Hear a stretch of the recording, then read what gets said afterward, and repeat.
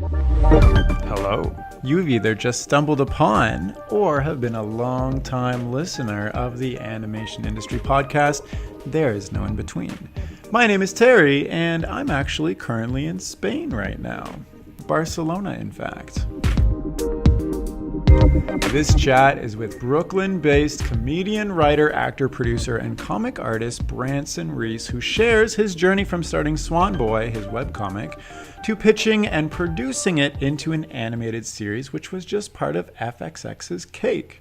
In our chat, Branson is going to talk about how to self-publish and put yourself out there, his top tips when pitching stuff to industry people, how to continuously be funny, and general thoughts about what's cool about animation. This may actually be one of the most chill chats I've had on this podcast, so without further ado, let's jump in. Hi, Branson. How are you doing? I'm pretty good. How are you? I'm good. I love doing these chats, so let's chat. Let's start off with the fun subject of, what is your philosophy on promoting yourself to get where you want to be and do what you want to do type of thing? Do it. I get my philosophy on it is don't be shy. Get out, put yourself out there. That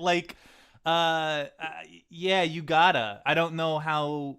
I'm sure there's a way to do it not like that. You know what I mean? I think be shameless. P.T. Barnum yourself. Just so from day one, you're like, I'm gonna make some cute little comics on my own, and then promote them.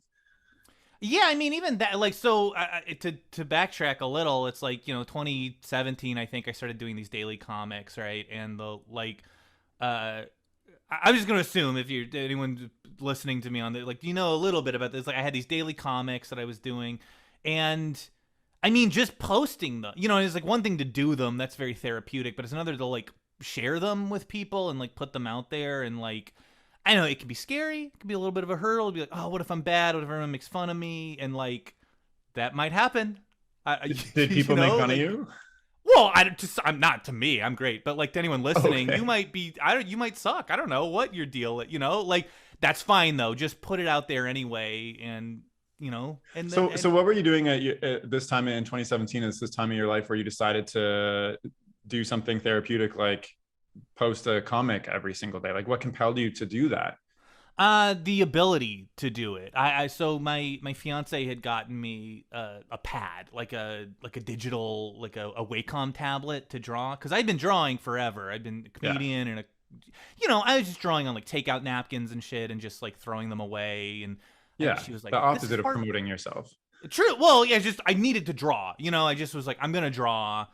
And then I was well, this isn't for anything. This was just to draw. It's coming from that same impulse of being a child and you can't pay attention to math and you're just drawing, right? It's that same thing. And so I was just continuing to do that as an adult. And she was like, hey, it sucks watching you throw art away. It's unpleasant. Why don't we just get a digital pad and it doesn't take up any physical space to, or maybe I don't know how a computer works. Maybe it's a microscopic amount of physical space is being taken up by uploading a drawing onto a computer. And I was well, if it's going on a computer, I might as well post it for everyone to see.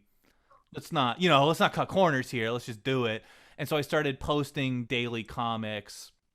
And you do 5 days of daily comics, and then it's this question of okay, am I going to do Saturday or am I going to wait until Monday? And then when I did one on Saturday, I was well, fuck it. This is going to be the whole year. I'm just going to do once a day. I'm going to, at midnight, I'll post a new comic.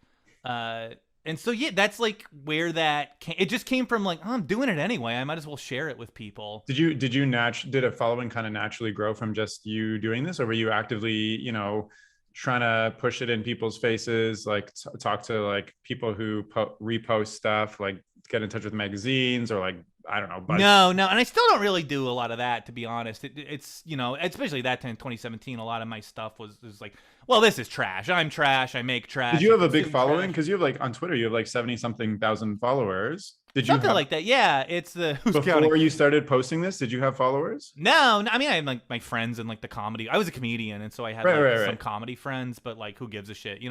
The not a ton. It was just my buddies and stuff. And then it's sort Hopefully of they're not listening to this. They know how I feel about them. Yeah. but it's like it's look, I love them, but it's not. It wasn't like it hadn't spread, and it just a year of doing it consistently. It just built an audience and built a following, and so now I can sort of do whatever. And people, I know there's like there's somewhat of an audience of people who like are paying attention to me. Does that get in your mind a little bit? Like before, it sounds like you're just creating for the sense of, you're drawing and just seeing what happens. And now that you have a following and you've worked on big projects like Swanboy and We Bear Bears, et cetera, are you conscious of people analyzing what you do and if it's up to par of your past projects now that you create something? Or you're just like, whatever, I'm just going to do what I want? I'm sure it's some of both. It's way more in the second camp of, it's like, enough people talk to you online and you develop either a thick skin or like just a sense of like, all right, look, people are going to talk no matter what I do. People are going to give me notes or be like, oh, you missed, like, what about this inferior punchline that I think is better? Like, what if you had done that? Like, it's fine. It comes with the territory. And so it's a little, every once in a while I'll post something and be like, hope I don't lose my account. I hope I don't get banned because it's a little risky or something. Well, and I'm like inciting political violence or something. Yeah, and I'm kidding, but like, it's to a moderator. Kidding, guys. yeah, to a moderator dispassionately like looking through like I understand it's like I've been locked down before, but like that's it. That's mostly it's like I just feel it's like people know. People know what I do. They know what to expect at this point, but also I just think it's like there's so many people. There's just so many people in there's billions. I can't even comprehend how many people there are in the world, which means there's so many people with different tastes, with different, and there's so many people who are creating things. And so it's like, if somebody doesn't like what I'm doing, what do I fucking care? Like it doesn't, like, just ignore me, dude. And then they mostly do. And so it's like no harm, no foul.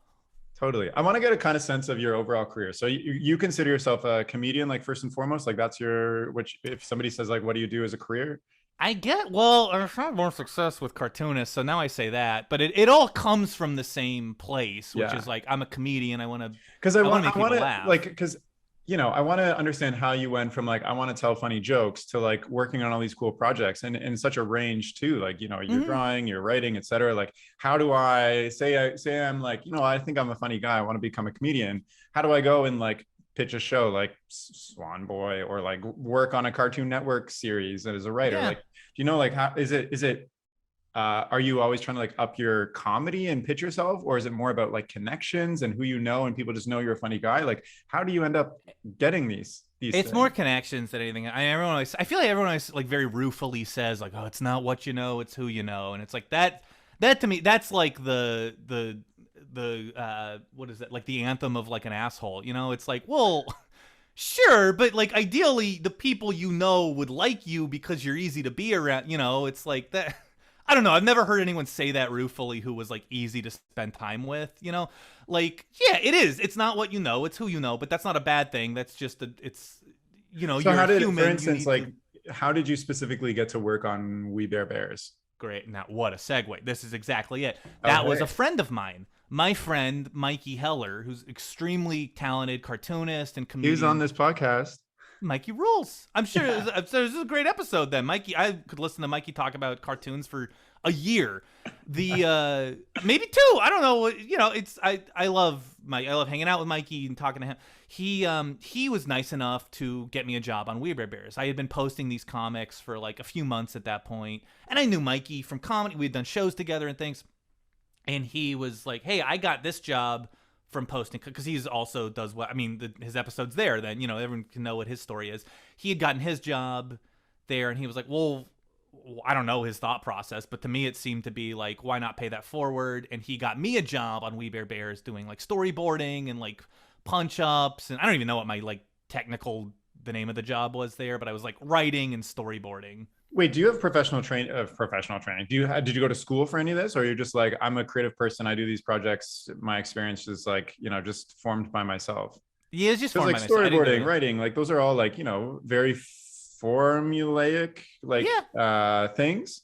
You can pick it up though. It's like they're all very frustrating, but there are like YouTube tutorials you can watch where a Swedish guy has like a 12-minute intro, like, all right, hey guys, so today we're going to be like, those are out there, and you can watch. And I watched them, and that helped me learn how to storyboard or So like. thank you to this sweet, frustrating Swedish guy with a 12-minute intro. You They're got on all me Northern there. European. And that's I'm just noticing what I'm seeing. I mean, it's like out. You can teach yourself that, or you can. I certainly am a proponent of like just get the job and then figure it out on the fly. Like, it was a lot of that. It was yeah. I didn't have any. I did take. I should say shout out to Miss Pfeiffer in 8th grade. I did take an art class, and Miss Alvarez Kiefer in 2nd grade was my art teacher. But beyond that, I haven't had any like art training, Wow. which I think you can tell. I think it shows. But also like, you're when I look at your work, I see like very independently creative, unique style and voice type of artist type of thing. So, okay, how do you go from not having, so Swanboy is obviously a comic that you've been running for a while. Yeah. How did you end up getting it on Cake? Sorry? Oh, that's a great question. It's weird. It's a weird thing happened. Tell me. For that. Sure, yeah. I was making so I turned 30, and I got stressed about turning 30 because it's so important for me to be young that I made a webcomic about. It was like autobiographical, but it was a little bit about a swan. To be completely candid and honest, I forgot a little bit why I made it in the first place. It just that sort of is like the convenient story, but it really was just like just making something to make something, and it was fun, and it caught on. It's just like it caught on with me, which means that then it can catch on with other people. Or I was like, I like that. I like this guy. He's me, but I can dial up certain aspects of myself and like nasty parts of myself, and then like that's fun. I think that's a good way to write a character. Is like it's you, but it's the worst parts of you. And so I was doing more and more of that. I was having more and more fun with it. That comic in particular was very inspired by Achewood, which is an incredible webcomic. The nerve of me to say I was even inspired by, but it was like that was like what I was like, ooh, it's like I feel like I'm getting to write in this sort of style. This is fun for me. And then out of the blue, FX reached out to me and they were like, hey, we're putting stuff together for Cake, which already exists at this point. Like we're making Cake episodes. Would you like to do like an animated Swanboy? So you were just running this comic like on your site? Yeah, and it just fell in my fucking life. It was incredible. I mean, you weren't actively being like, I want to reach out to outlets and turn this into something else. You're just like, I'm gonna just keep doing this. Like it wasn't there yet. I mean, I'm totally comfortable with doing stuff like that, but like I wasn't there. I mean, there were like 2 weeks of comics at that point. What the hell? That's insane. Yeah. Did you ever ask like how they found you afterwards? I didn't want to jinx it. There's a part of me that's like, if I asked, I'd be like, wait, you're right, and then it all goes away. But I do know it was through my friend Katie Skelton. It's just like somebody talked to somebody, and then this led to this, and somebody read my comics, and like I just got a call, and we talked about Swanboy. And there weren't a ton of them at the time, so the guy on the other end, Johnny Baje, he was like, "Well, what do you think about Swanboy? What about this? What about?" He just sort of asked some like. How do you sell yourself in the moment when you're caught off guard like that, and then you're like, "I've only done this for 2 weeks and haven't really thought about it as like a series of cartoons." I am very lucky that I am like psychotically confident and just. I am. It's just like I'm great, dude. Like doesn't mean anyone else is bad. I rule, like that. It's not easy. It's not hard for me to access that. And so on a call like that, when instantly you can tell it's like, ooh, this, something, I know I'm talking to FX right now. Let's like sell it. Is like, that does not feel uncomfortable for me. And so if that's uncomfortable, I understand that is like, totally. I'd be like sweating, pacing back and forth. I'd be like, oh, it's not good enough. Like, yeah, it's like, I get that for sure. I'm very blessed that that doesn't happen. Congratulations. I get freaked out about some things, but that was one where I was like, well, let's do it. Maybe you need to put together like a 12-minute intro YouTube video on how to have that confidence that I will then watch and then use that in my own pitching. Yeah. I think that it would like, I guess the best advice I could give for someone watching this is like, be extremely young watching this right now. And then just fuck up constantly in childhood so that you'll hear no all the time and you'll it'll like start to sink into you. It's like, it's not the end of the world. Perfect, You can because be in trouble. my main audience for this podcast is 5 to 10 year olds, so that makes Oh, great. I'll watch the language. But like, yeah, it's like, just fail a bunch and you'll realize it's not the end of the world to fail or to be in trouble or to hear no. It's like, who cares? You'll move on. So what happened when you got off that phone call when they were like, we want to explore making Swanboy into a series for Oh, I walked 10 miles.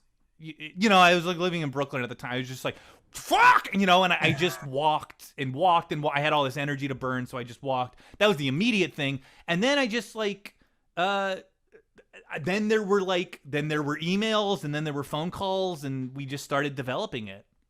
So what was your role in like development? Like, were you like showrunner, I guess, or like director, or like? I think I explicitly am showrunner of the.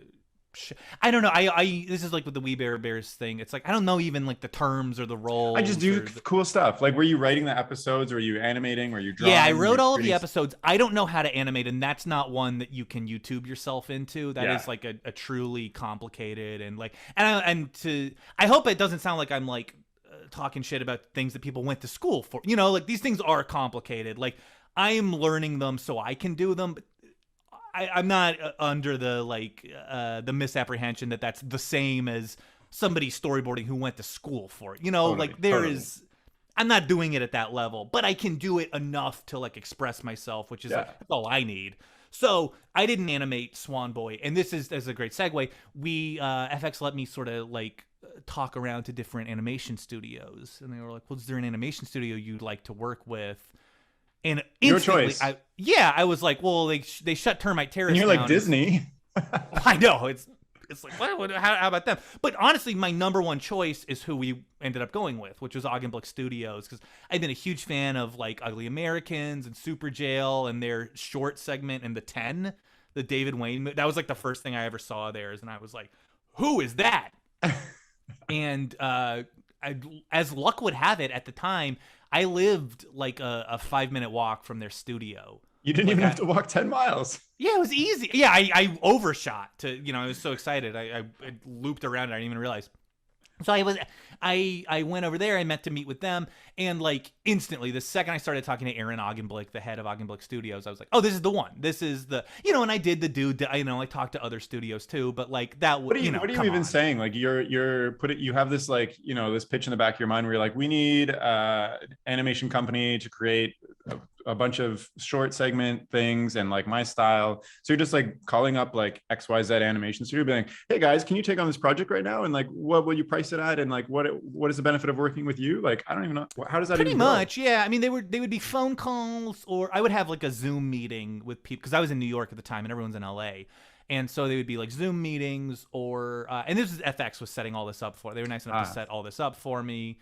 And so then I had an in-person meeting. Obviously, it was easy to. I had an in-person meeting at Augenblick Studios, and it's just like the second you get there and you see how that like the studios are set up, and there's like pictures of Betty Boop up on the wall, and like I just pitched it to Aaron. I was like, "Here's my webcomic. Here's what I'm thinking."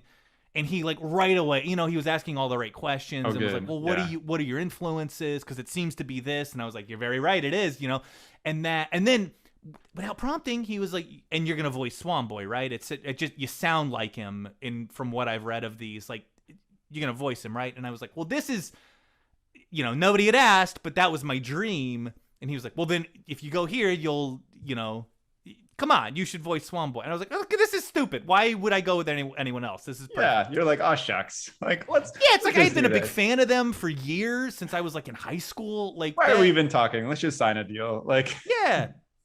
Amazing. But that's the thing. Was like I was such a big fan of them before. It's like that's very it's easy to get your hopes dashed. Like I could have gone in and it could have sucked, or they could have been jerks or anything. But like no, it's the coolest place in the world. So how long did it take you to produce all these episodes and voice act and write and not animate and etc.? So the animation was done at Augenblick Studios, and we also use the studio Combo. I think it's Combo Studios in Brazil, who did a lot of like the actual animation for it. I mean, it's like, it's a simple question, but I feel like my answer is like completely unhinged, where it's like, it took 3 years and also like a few months because the timeline was weird. And like, we were sending, you know, it's like the development for anything. It's like you do the pilot, and then you get all these notes on the pilot, and it's just the pilot, the pilot, the pilot, Yeah. and then you hear nothing for a long time. You don't know what's going on, and then there's scripts that have to get approved, and so it's like ultimately, I think it like took around 2.5 years with everything, but like for some of these episodes, like I wrote them and we started producing so it's like different episodes take different amounts of time. The voice acting is like, I don't know what a normal schedule is, but like during COVID, it was like I was in my closet just like shouting as the Swan, like everything insulated, like they mailed me a mic. Like it's yeah, I don't know. It's like every step of it took a different amount of time, and I've never Yeah. show run before, and I've only done it in COVID, so much of it is like disjointed, and I don't know what of that is COVID, what of that is normal, what of that is like, because Cake is so many different properties, you know, it's like an Yeah. anthology show. They're doing so many different things. I don't know what a normal process is like. I know what this process is like, and But it's honestly, it sounds just fun and kind of interesting, like a good challenge. Okay, but also, are you working full time those 2.5/3 years just on this project, or like were you doing stuff in the meantime too? Because it sounds like there was like a lot of downtime between getting notes or like yeah. waiting for things. So like, how were you managing that as well? I was the last like year I've been working pretty much full time on Swanboy, and so that's been that. But before that, yeah, I mean, there's just a lot of like, you know, you could just Tokyo drift an entire other job through like the empty spaces in the, you know, and like Yeah. how long stuff. And so I was doing, you know, I got to eat. Like I was, you know, I was babysitting. I was doing other jobs. I have a podcast I do. I was doing that. We were getting a podcast started, like that kind of. It's D&D. It's nothing to do with animation. The but Rude Tales of Magic, ABC. There you go. It's very good. The so I was doing that. I was doing my own comics. You know, I have my own Patreon that I was just sort of like putting comics into, and so you know, I stay busy. I was doing other stuff in the So then meantime. how is doing something like Swan Boy changed the future of your career? Like what's next for you now? Are you still going to be, doing all these other projects, babysitting, D&D podcast, Patreon, or has this like opened your mind to like, animated television series and that's your thing? Like what's next for you / what do you want to work on / what's going on / Yeah. whatever? I would love to work in animation the rest of my life. You know, Okay, it's like done. I Do love it. making comics, but like there is.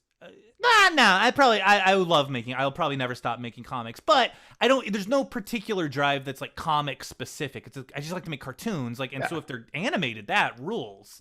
That's exciting. There's all sorts of stuff you can do in animation, and you're working with these people that are. I think like everyone's use the talents you possess. The woods would be quiet if no birds sang except the best. But like there are people working on Swanboy who are significantly more talented than I am in terms of like what they're able to do. You know, like we have these storyboarders who like blow my mind. They're so talented what they're able to like make happen and how they're able to draw, and like I don't have that. That rules. So like to get to work with them, it just makes it better. Or like I will be here all day if I'm just like listing every name of everybody who we were working with, people like Katie Went or Jeremy Jusset at like Augenblick Studios, who are like they can do things I just can't do, you know? And like Yeah. now I get to put my name on that too. It's like that feels like cheating. It rules. Like I don't want to stop doing that. I want to keep working with them. I want to keep meeting people in this industry who can do that. Like I love my dream, is like I would have loved to like been making Looney Tunes at Termite Yeah. Tales.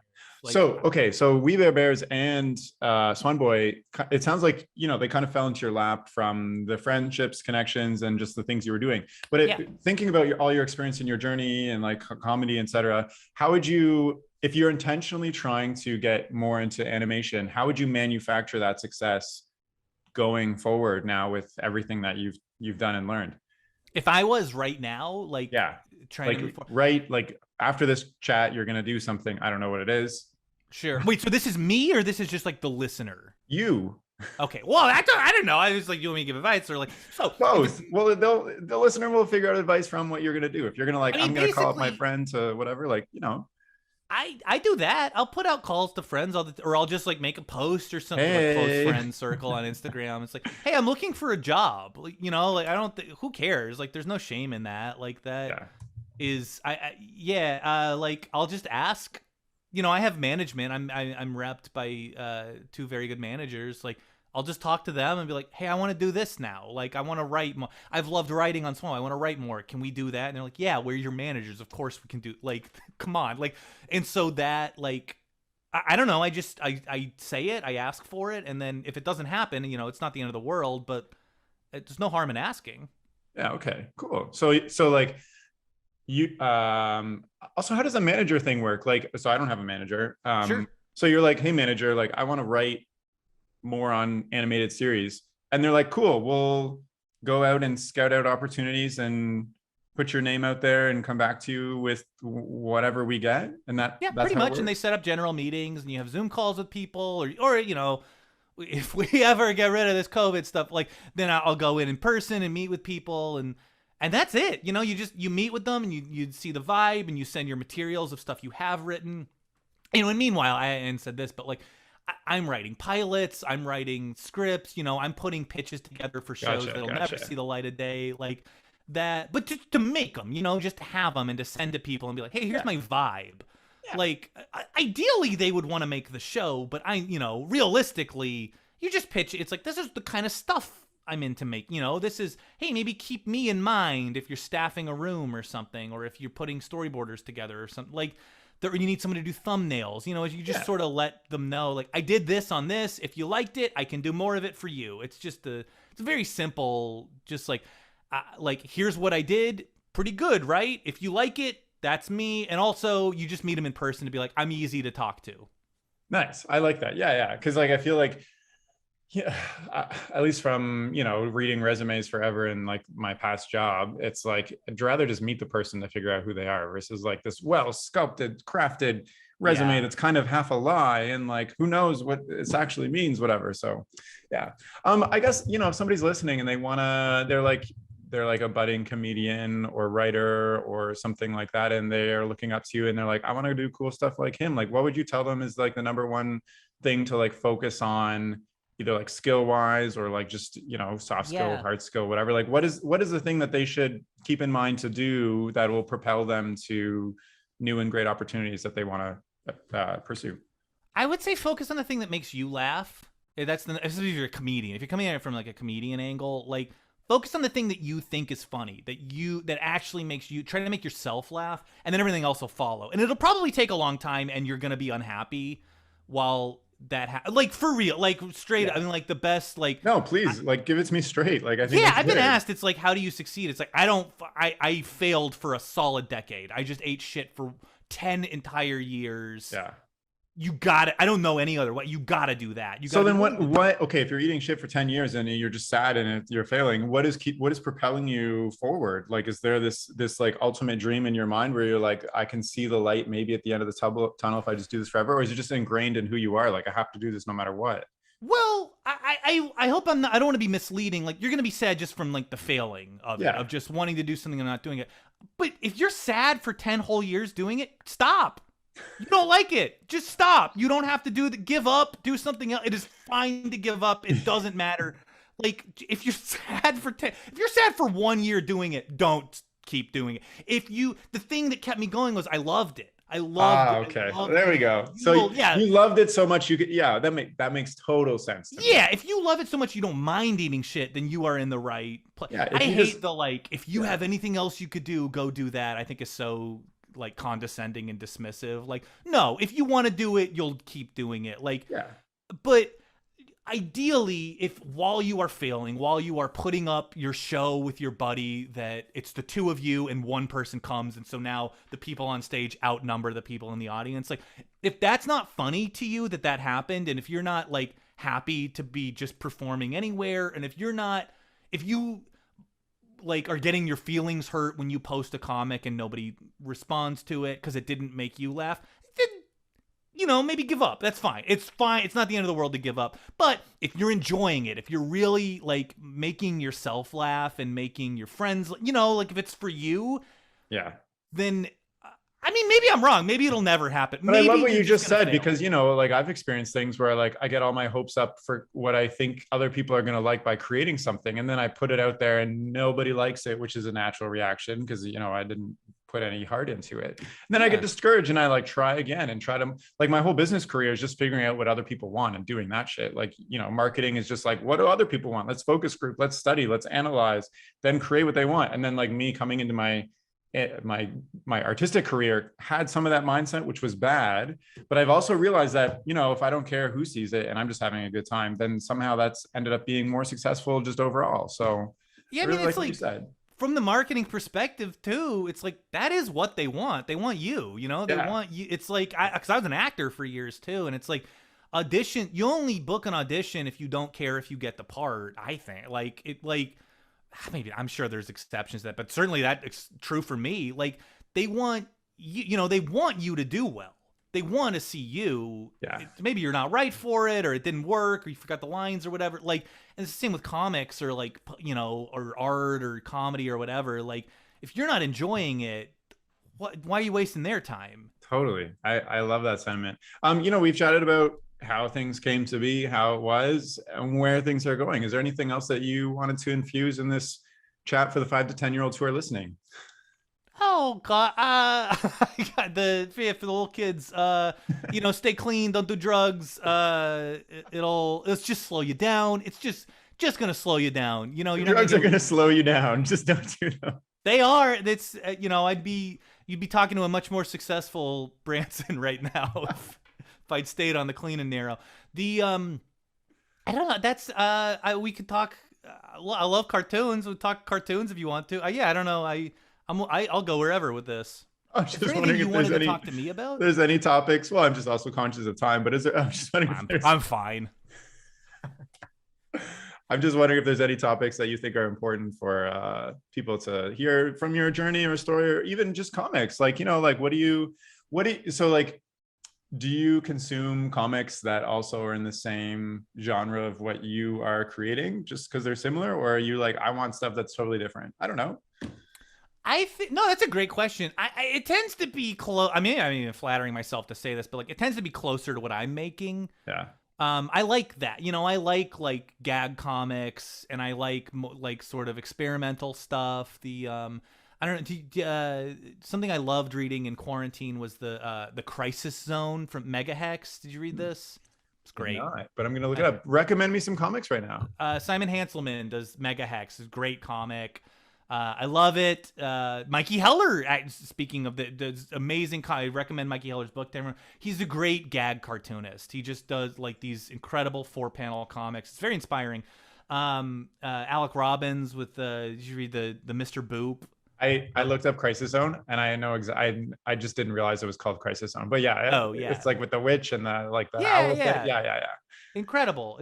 Or like older stuff, like I mean, he's still active, but like Gary Panter or like Raymond Pettibone, like those guys are like very inspiring for me. Like old like Life in Hell comics, like that tends to be where I stay. Like I'll read a superhero comic every now and then. That's not my thing. I never am drawn back to it, but I feel like just to be part of the conversation. Yeah, what's going on here? Influence me somehow. It's like people saw Passion of the Christ back when it was like, well, I just want to know what everyone's talking about, but I don't care. I'm not throwing anything at. Don't worry, I never saw it, so.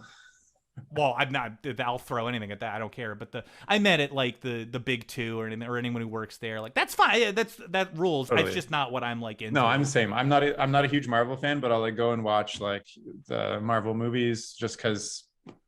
Everybody's how you can't avoid it forever. Reddit's talking about it. You're like, I gotta check this out.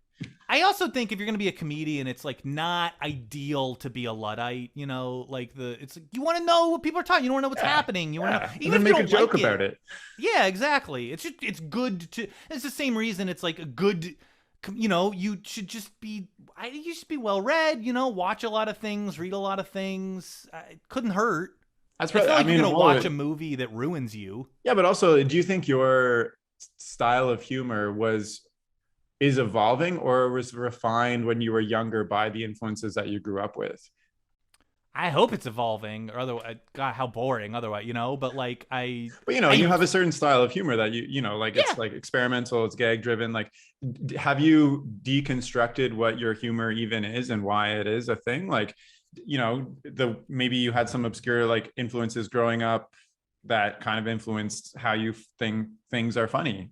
Yeah, I mean, I watched a lot of old, like, a ton. I mean, the amount of Looney Tunes I was just like pumping into my head every day was like The medical, only you thing to know? watch as a kid. Yeah, I loved them. I could still watch them. They're great. I mean, Yeah. the ones I've seen a million times, I still love them. Like the I fell asleep to Baby Bottleneck last night. Like I was just like, oh, they added it, like it's on, and I watched it like a few times in a row just because it's so beautifully animated. But like so those were, I don't know. It's like you only know by experimenting and like trying stuff out and seeing new things, or like the new thing I did new that the newer thing I do that's like a more recent thing in my life is I'll watch something I don't like and find something in it that I love. Because it's, Yeah. you know, and I love that sense of like, well, now I got to hunt for it. You know, it's like, Yeah. well, this movie, we watched all the Twilight movies. My fiance and I, we watched all of the Twilight movies in a row, all 5 of them. And like, by the end, I was like, these movies fucking rule. These are the funniest movies. These were blockbusters. These were blockbusters. I Like, haven't, these are, yeah, I haven't seen any of them, so maybe I should try this as well. I do the exact same thing you're talking about with music because like I'm not a huge R&B or rap fan, but I have Mhm. friends who like it, and so every time it's on, I like specifically, I'm like, I need to get into this, and then by the end of the song, I'm like, I can listen to more of this. This is great. I don't know, Yeah. but I mean, it's because I know people what you're grow and saying. they change and they define themselves. Like Like, well, forcing your mind to just have a blank slate and experience something for what it is versus it's like come very, in and be like, I don't like this genre. I know it's so limiting, and it's also, it's like you know, the self-imposed limits that you like put on yourself of like, well, this is me, I'm Branson, I don't I know like what I country like. I'm music. over Like, 30 now. Like, yeah, I mean, some of that is necessary so that you yeah, have shape to your personality. But I also think it's like most people are more robust than they think they are, and it's like I'm not gonna stop being me if I really like listen to a Toby Keith song and I'm like, well, is there something good here? yeah. Like it could, you know, it's like what have you? So do you think 3.5 minutes. watching the whole Twilight series and enjoying it changed you, or it still made, the same old Branson who maybe just liked Twilight? It's just me. I mean, I'm still me. I just learned what I appreciated about it, which is that it's sick. It is a morally vile, like blockbuster. There are 5 movies that all of them made like millions and millions of dollars, or an impressive, whatever an impressive amount of money is. Like they were making a ton of money, and they're sick. I mean, she's wasting away during pregnancy. Like these are like socially conservative, like abusive, like these are sick movies. And so watching, I felt like I was John Waters, just like, I love it, you know, like this is just like, I've never heard anybody describe them as this before. Maybe I'm gonna have to give them a watch now. This is hilarious. they're fucked up movies. Yeah. And that's like exciting. I mean, it's like now we're out of it, like we're not in the middle of Twilight, so it's a little easier to have some distance. Just it's like, but you know, now like all the Marvel movies, it's like these are horny. These are like 5 horny movies that you don't see a lot of that anymore. It's Can you start a movie review site like screw Rotten Tomatoes? It'll be like Branson's reviews, and it's like the Marvel movies. You'll be like, they're so horny. People will. I will wish the agree. Marvel movies were horny. They're not. I mean, those are completely neutered. And so, you know, you see these like from even like 10 years ago now, these blockbusters is like, oh my god, everyone's about to pop. Like these people are too horny to drive a car. Like like you don't see a lot of that on the big screen anymore. Which is, I hope it comes back. It's a shame we lost it. I'm speechless. I don't know what to say. I feel like I mean, you've satisfied all my like career answers, etc. So like, if there's Oh, anything you great. wanted to still chat about, I'm still game. But Okay, yeah. I mean, what are you watching? What are we? Well, what do you? Well, I've been talking about myself. How rude. What oh are you no, into? but I mean, I know that's the gist of it, but like, I am curious. I'm like, what is like, what are you in terms of like animation specifically? Like, what are you into? Like, what's exciting to you? so I'm not watching anything right now. I like serialist. I don't know if that's a word, but like I crave new and short, just what people are doing. Like I love going Hmm. through Instagram and seeing somebody who's animated like 2 seconds of like this amazing like anime style thing. Or I love seeing like just somebody who's turned a stupid little blob with eyes and made it really cute and put music behind it. Like I just love seeing how people are experimenting with just different Yeah. ways of animating and storytelling, and because I feel like I'm constantly absorbing and trying to like refine my style, and I love seeing what other people are doing and being like, oh, I can, my save for like Instagram and social media and like my computer and YouTube are just like full of stuff that I go back to all the time. And I'm like, maybe I can incorporate some of this into what I'm doing for my next project, etc. So like, I don't know. I go through waves where I do binge TV, and actually, I recently, because I had never watched it, I started binging the original Dragon Ball series, and I'm like 97 episodes in or something. Oh damn, almost a third of the way through. That's Yeah, right. incredible. And I don't know if I'll continue because I just got intimidated by the amount of episodes left and how the formula is just like the same over and over again. But even that, like I'd never seen it before, and there's like nudity in it. There's like, the whole world they built is like totally different than any other animated series I've seen. Like there are robots and there's a dinosaur that can talk and it's like eating another character. It's just like it was very eye-opening actually, and kind of interesting to watch. And I feel like animation that I've seen just like in mainstream television, whatever, it's very formulaic to this is what kids want, and so we're going to create it, and there's not a lot of risks taken, and the style, there's not a lot of stylistic risks, etc. So I don't know, I'm also developing some pitches right now and I'm pitching them around, and I hope that something can take off because I have some really cool and interesting ideas of what I want to do, even just stylistically with what's appearing on a screen. Like why, like my big thing is like that I also love to explore in stop motion too. I'm just talking. The interview is now about me. Is great, but I'm curious. Yeah, I don't like, consistency is great. Like, you have like your SpongeBob character and he looks the same if he's this big or this big, and he does turn around and they, well, maybe SpongeBob's a bad example because they also do like highly detailed paintings.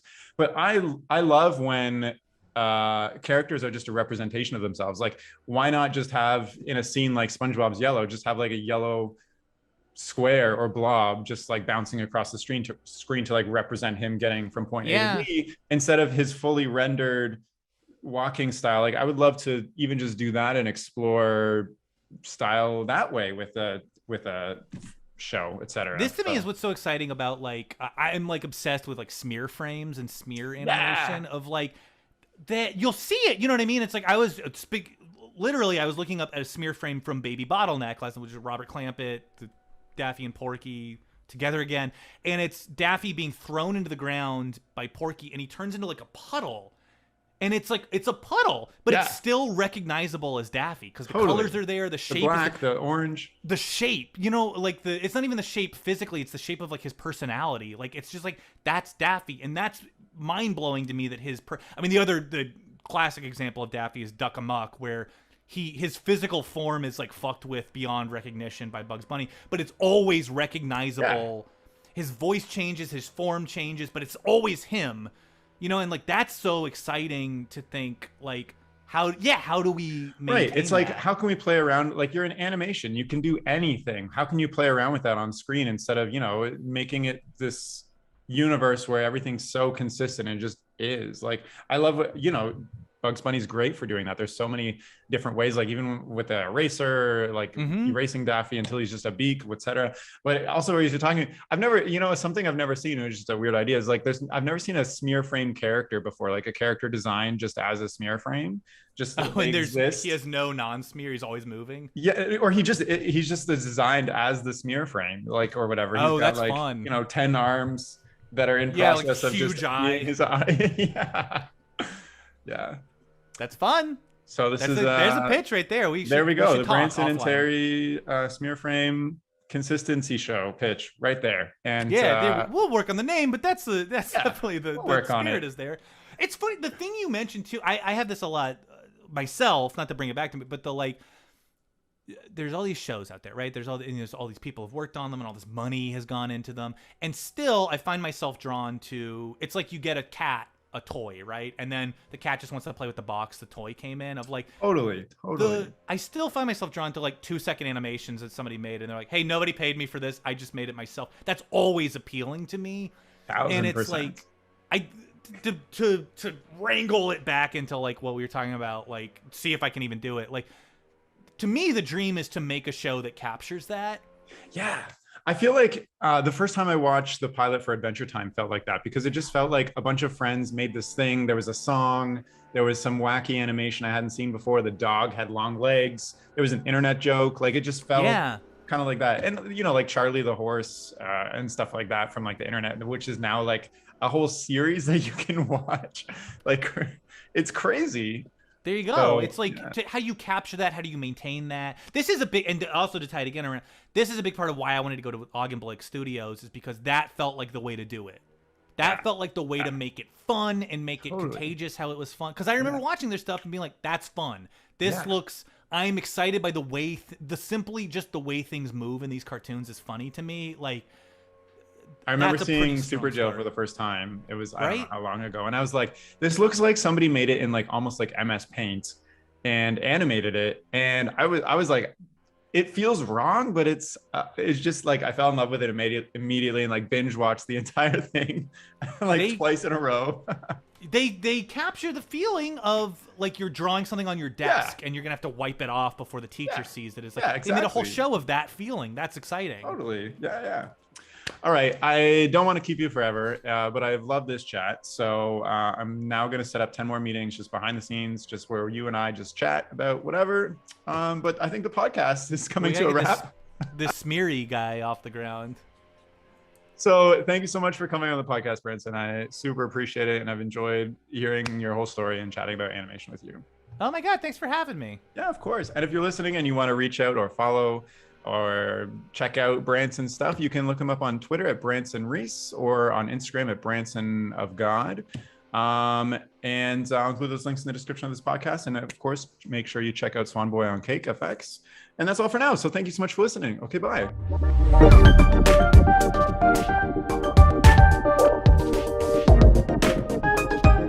The music for this podcast was composed by Will Farmer and the graphics by Daniel Abensauer. I encourage you to look them up if you enjoyed their work.